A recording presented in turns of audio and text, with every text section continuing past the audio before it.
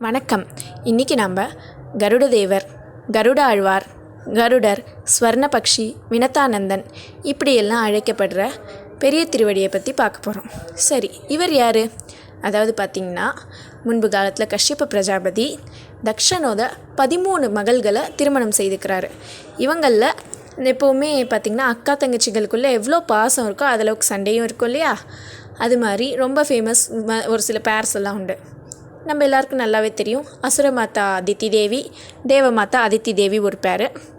அதே மாதிரி இன்னொரு சுவாரஸ்யமான பேர் யாருன்னா கத்ரு அப்படிங்கிறவங்களும் வினத்தை அப்படிங்கிறவங்களும் தான். இந்த கத்ருவுக்கும் வினத்தைக்கும் எப்போவுமே பாசம் ரொம்ப ஜாஸ்தி, ஒன்றா தான் இருப்பாங்க. ஆனால் அதே அளவுக்கு ரொம்ப சண்டையும் போட்டுக்குவாங்க. இப்போ என்ன ஆகுது, இவங்க ஒன்றாவே இருக்காங்க இல்லையா? கஷ்யப்பர் கூப்பிட்டு கேட்குறாரு, உங்களுக்கு நான் வரம் தரேன், அதாவது நீங்கள் என் மனைவிகள், அதனால் நான் உங்களுக்கு எப்படி இருந்தாலும் புத்திர வரம் தரணும். உங்களுக்கு நான் 2 ஆப்ஷன் தரேன், என்ன மாதிரி புத்திர வரம் வேணும் நீங்களே சூஸ் பண்ணிக்கோங்கன்றாரு. என்னென்னா 1, 2 நல்லா பயங்கர சக்திசாலி தேஜஸான எல்லா விதத்துலேயும் பல சிறப்புகள் வாய்ந்த அருமையான புத்திரர்கள். அப்படி இல்லைன்னா பல்லாயிரம் கணக்கான புத்திரர்கள். உங்களுக்கு இந்த மாதிரி சிறப்பு வாய்ந்த புத்திரன் வேணுமா, இல்லை என்ன அடங்காத புத்திரர்கள் வேணும் அப்படின்றாங்க. அப்போது வினதாதேவி எனக்கு இந்த சிறப்பு வாய்ந்த புத்திரன் வேணும், எல்லாரும் அவரோட ஞாபகம் வச்சுக்கணும் அப்படிங்க. கத்ரு தேவி இந்த சிறப்பு வாய்ந்தவர்கள் என்ன தான் எல்லார் நினைவிலையும் இருந்தாலும் அவங்களுக்கு அது பாதுகாப்பாக இதுவான்னு யாராலையும் கெஸ் பண்ண முடியாது. அதனால் நான் எனக்கு சிறப்பு இருக்கோ இல்லையோ என் புத்திரர்கள் பாதுகாப்பாக இருக்கணும், அதனால் எனக்கு இந்த பல்லாயிரக்கணக்கான புத்திரர்களே கொடுத்துருங்க, பரவாயில்ல அப்படின்னுட்றாங்க. இது என்ன ஆகுதுன்னா, இவா 2 பேருக்கும் முட்டைகள் வருது. வினதாதேவிக்கு 2 முட்டைகள் வருது, கத்ருதேவிக்கு பல்லாயிரக்கணக்கான முட்டைகள் வருது. கத்ருதேவிகளோட முட்டைகள் உடஞ்சி அதுலேருந்து நாகங்கள், அந்த மாதிரி பாம்புகள் எல்லாம் வெளியே வந்துடுறது. அதாவது சுரஷா தேவி ஒருத்தங்க, கத்ருதேவி ஒருத்தங்க. இவா 2 பேர்லேயும் வித்தியாசம் உண்டு. இவங்க கத்ருதேவி, இவாளுக்கு ஒற்றைத்தலை பாம்புகள், அதெல்லாம் பிள்ளைகளாக வருது. வினதாதேவிக்கு முட்டை உதையவே இல்லை, ஒரு முட்டை கூட. அப்போ என்ன பண்ணுறாங்க, பெரிய முட்டை, முதல் முட்டையை ஆதங்கத்தில் உடச்சிடுறாங்க. அந்த முதல் முட்டையிலேருந்து யார் வராருனா, அவர் பேர் தான் அருணர், பரம்வீரர் இப்படிலாம் சொல்லுவோம். சூரிய பகவான் இருக்கார் இல்லையா, அவரோட தேரோட்டி. இவர் பார்த்திங்கன்னா முட்டையை அவங்க அவசரப்பட்டு உடச்சதுனால குழந்தை நல்லா மத்திய சூரியன் மாதிரி பொலிவோடு இருக்கணும். ஆனால் அவ்வளோ பொலிவு இல்லாமல் கொஞ்சம் கம்மி பொலிவோடு சாயங்கால சூரியன், கால சூரியன்லாம் இருக்கும் பாருங்க, அவ்வளோதான் இருக்குது. அது மட்டும் இல்லாமல் அந்த குழந்தையோட ஜெனிட்டல்ஸ் ஃபார்ம் ஆகலை, அப்படியே வந்துடுது. அதனால என்ன பண்ணுறதுன்னா, சாபம் கொடுத்துடுறது தாய்க்கு. நான் உன்னோட இருக்க மாட்டேன், ஆனால் அதுக்குள்ளே உனக்கு சாபம் கொடுத்துட்டு போகிறேன், நீ இந்த மாதிரி பண்ணிட்ட, என்னை முழுமையடைய விடலை, அதனால் நீ சில நாட்கள் கத்ருதேவியாருக்கு, உன்னோட சகோதரி, அவங்களுக்கு நீ அடிமையாக இருப்ப அப்படின்னுடுறது. அதோடு இதுவும் சொல்லுறது, ஒன்று ஞாபகம் வச்சுக்கோ, நீ என் அம்மா, அதனால் நான் உன்னை மொத்தமாக சாபத்தில் ஆழ்த்தக்கூடாது. இந்த 2வது முட்டையிலேருந்து வராம்பாரு என்னோடய தம்பி, அவன்தான் உன்னை இந்த சாபத்துலேருந்து காப்பாற்றுவான், அதனால் தயவு செய்து அவனோட முட்டையை உடச்சிடாத அப்படின்னு சொல்லிவிட்டு சூரியதேவர்கிட்ட பறந்து போய்டுறது. அந்த அருணருக்கு தான் பார்த்திங்கன்னா 2 பசங்க, ஜடாயுன்னு ஒன்று, சம்பாத்தின்னு ஒன்று. 2 பேருக்கும் ஒருத்தர் மேலே ஒருத்தர் ரொம்ப அன்பு ஜாஸ்தி. அப்படி தான் அருணர் எப்போ பார்த்தாலும் அங்கேயே இருக்காருன்னு சொல்லிட்டு தன் தந்தையை பார்க்கணுங்கிற ஆசையில் ஜடாயு போகிறாரு. அவருக்கு ஆபத்து, அங்கே சூரிய பகவான் இருக்கார், அவரோட வெப்பத்தை தாங்கிக்க முடியாதுன்னு சொல்லிட்டு குறுக்க போய் சம்பாத்தி அவரோட அண்ணா தடுத்து நிறுத்துறாரு தம்பியை. சின்ன குழந்தை இல்லையா, அதனால் தெரியாமல் போகிறாரு. சம்பாத்தி போய் குறுக்க தடுத்து நிறுத்தும்போது ஜடாயு பொழைச்சிடுறாரு அதனால். ஆனால் சம்பாத்தியோட இறகுகள் கருகி போய்டுறது. அதனால்தான் ராமாயணத்தில் நம்ம இவா 2 பேரை பற்றி பார்த்துருப்போம். அப்போ சம்பாத்தி வலு இழந்த ஒரு வயதான கழுகு, தன்னோட இரையை கூட தேடிக்க முடியாது, அந்த மாதிரி நிலையில், ரொம்ப சோகமான நிலையில் இருக்க கழுகுன்னு குறிப்பிடப்பட்டிருக்கு. என்ன ஆகுது, இந்த இவா 2 பேரும் பசங்க. அது மட்டும் இல்லாமல் அருணரை பற்றி இன்னொரு கதையும் உண்டு. என்னென்னா, நான் ஆல்ரெடி சொன்னேன் இல்லையா, அவருக்கு ஜெனிட்டல்ஸ் ஃபார்ம் ஆகிறதுக்குள்ளே உடச்சிட்டாங்கன்னு. அதனால் அவரால் ஒரு முறை பெண்ணாக இருந்தால் எப்படி இருக்கும், ஆணாக இருந்தால் எப்படி இருக்கும்னு ரெண்டு இதுவுமே அவருக்கு வந்து வாழ்ந்து தெரிஞ்சுக்கணும்னு அவர் வந்து ஒரு முறை பெண் உருவம் எடுக்கிறாரு. அப்போது இந்திரனும் கதிரவனும் அவர் மேலே மையல் கொண்டு இருவருக்கும் குழந்தைகள் பிறந்ததா ஒரு சரித்திரம் உண்டு. சரி, இப்போது கருடாழ்வார்க்கு வருவோம். இந்த 2ஆம் முட்டை உடையிறது. அதுக்குள்ளே என்னென்னா, இந்த இடைவெளியில் கத்ரு தேவியார் வினதா தேவியார் இவா 2 பேருக்குள்ளே ஒரு சின்ன பந்தயம். என்னென்னா, மேலே உச்சிஸ்வரஷ் இந்திரனோட குதிரை பறக்கிறது. அப்போது இவா 2 பேருக்குள்ளே என்ன பந்தயம்னா, வினதா தேவியார் சொல்கிறா அந்த உச்சிஸ்வரஷ் முழுக்க முழுக்க வெள்ளையான ஒரு குதிரை. இப்போ கத்ரு தேவியார் சும்மா வீம்புக்குன்னு இல்லை அந்த குதிரையோட வால் கருப்பு அப்படின்னு சொல்லிடுறா.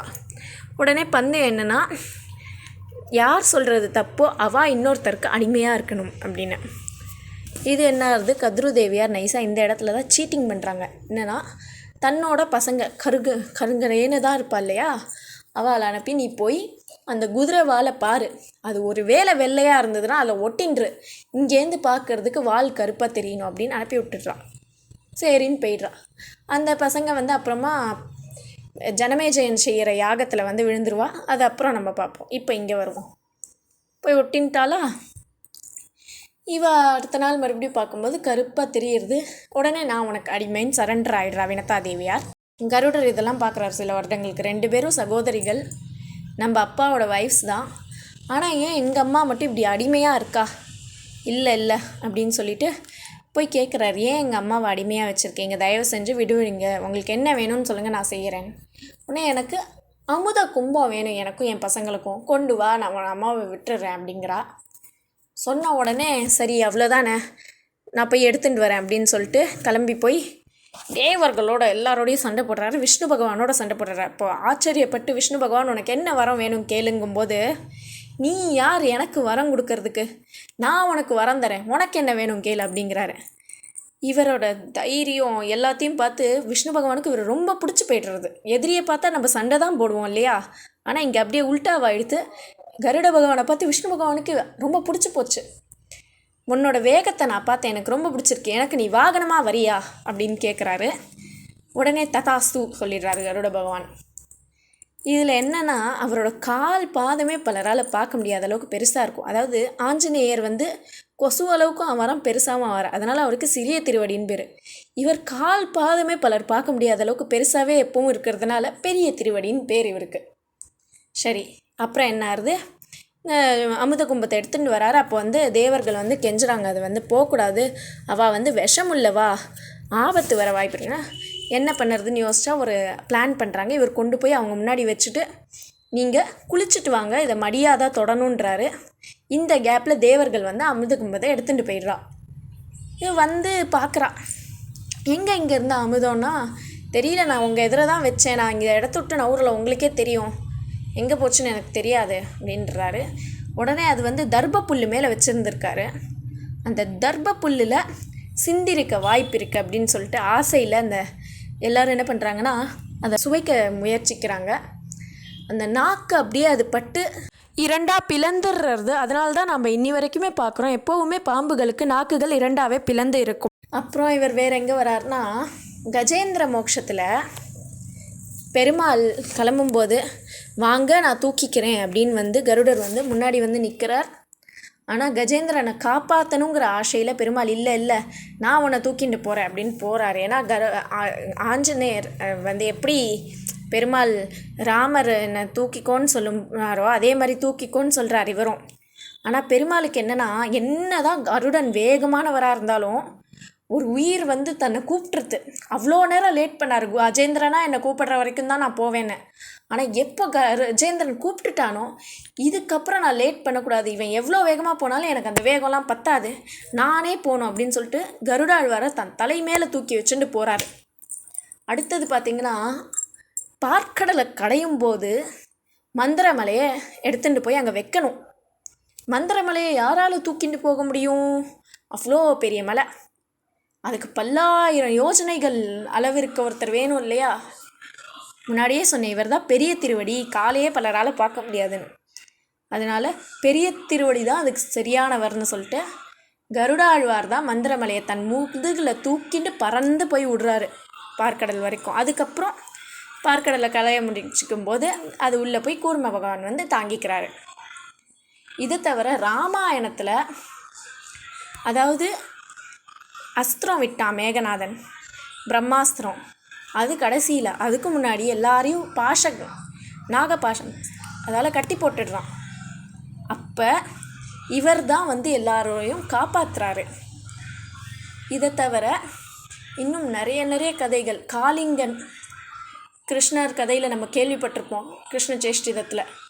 அந்த காளிங்கன் கருடாழ்வாருக்கு பயந்து, என்னென்னா அவன் வந்து ரொம்ப கொடூரமான நாகமாக இருந்ததுனால, பலரை துன்புறுத்தினதுனால நீ இங்கே இருக்கக்கூடாதுன்னு விரட்டி விட்டு தான் போய் யமுனையில் ஒதுங்குறான். கிருஷ்ண ஜென்ம பூமி பிருந்தாவனத்துக்கிட்ட இருக்குது, இங்கே நமக்கு ஆபத்து இல்லைன்னு. அதுக்கப்புறம் கிருஷ்ணர் வந்து விஷத்தெல்லாம் வெளியில் எடுத்துகிட்டு, உயிருக்கு என்னோட பாதத்தை பார்த்தா ஆபத்து வராது உனக்கு அப்படின்னு சொல்லி பார்க்கடலுக்கு போ அப்படின்னு அனுப்பி வைக்கிறாரு. பார்க்கடலுக்கு போகிறான். ஒரு சிலர் அதை ஆழ்கடலுக்கு போகணும் அனுப்பி வைக்கிறான்னு சொல்கிறார். 2 விதமான கதை உண்டு. எந்த கதைன்னு பலருக்கு கன்ஃபியூஷன் உண்டு. இந்த மாதிரி நிறைய இடத்துல இந்த கருடாழ்வார் பற்றி வருது. பார்த்தீங்கன்னா நாச்சியார் கோவிலில் வருஷம் கல்கருடர் சிற்பம்னு ஒன்று இருக்குது. ஏன்னா ஷாலிகிராமத்திலேயே வடிவச்சிருக்காரு அந்த சிற்பி. அதாவது ஒரு கருடரை பார்த்து, ஒரு கழுகை பார்த்து அவர் வடிவச்சாராம். அது திரும்ப பறந்துட்டே இருந்து தான் ஒரு இதில் விரக்தியில் கல்லால் அடிச்சுட்டாராம். அதை பார்த்தோன்னே இப்படி விரக்தி ஆயிட்டாரே பாவம் அப்படின்னு சொல்லிட்டு அங்கேயே இருக்கலான்னு முடிவு பண்ணி இருந்துட்டாராம் கருடர். அந்த இது வந்து பார்த்திங்கன்னா வருஷம் கல்கருடர் சிலை உற்சவம்னே நடக்கும். என்னென்னா கோவிலை சுற்றி பிரதர்ஷனமாக கொண்டு வருவோம். 6 மணி நேரம் நடக்கும். இது என்னென்னா முதல்ல கோவிலை விட்டு வெளியில் கிளம்பும்போது 4 பேர் தூக்கிப்பா 4 பக்கமும். கொஞ்சம் தூரம் போனோடனே பார்த்தேன்னா அவளால் தூக்க முடியாது. 8 பேர் ஆகும். 8 16 ஆகும், 16 32 ஆகும், 32 64 ஆகும், மறுபடியும் 128 ஆகும். பின்னாடி வரும்போது திரும்பவும் இப்படி சுற்றி பிரதர்ஷனமாக உள்ளே வரணும் இல்லையா? இப்படி வந்துட்டு இருக்கும்போது பாதியில் 128 வந்து மறுபடியும் 64 ஆகும், 64 32 ஆகும், 32 16 ஆகும், 16 8 ஆகும், 8 4 ஆகும். உள்ளே கொண்டு போயிடுவான். அந்த கருடரோட வெயிட்டு ஏறி இறங்கி எதுவும் ஆகாதான். ஆனால் அதை தூக்க முடியாதான் அவ்வளோ குறைவான பேரால். ஆள் அதிகமாகி குறையுமா. அது எப்படி அந்த மிஸ்ட்ரியை இன்னி வரைக்கும் எந்த சயின்டிஸ்டாலையும் கண்டுபிடிக்க முடியல. அதுதான் 6 மணி நேரம் நடக்கிற கல்கருடர் சேவை. யாராவது நாச்சியார் கோவில் போனேல்னா கண்டிப்பாக தரிசனம் பண்ணுங்கோ. ரொம்ப விசேஷம். நன்றி, வணக்கம்.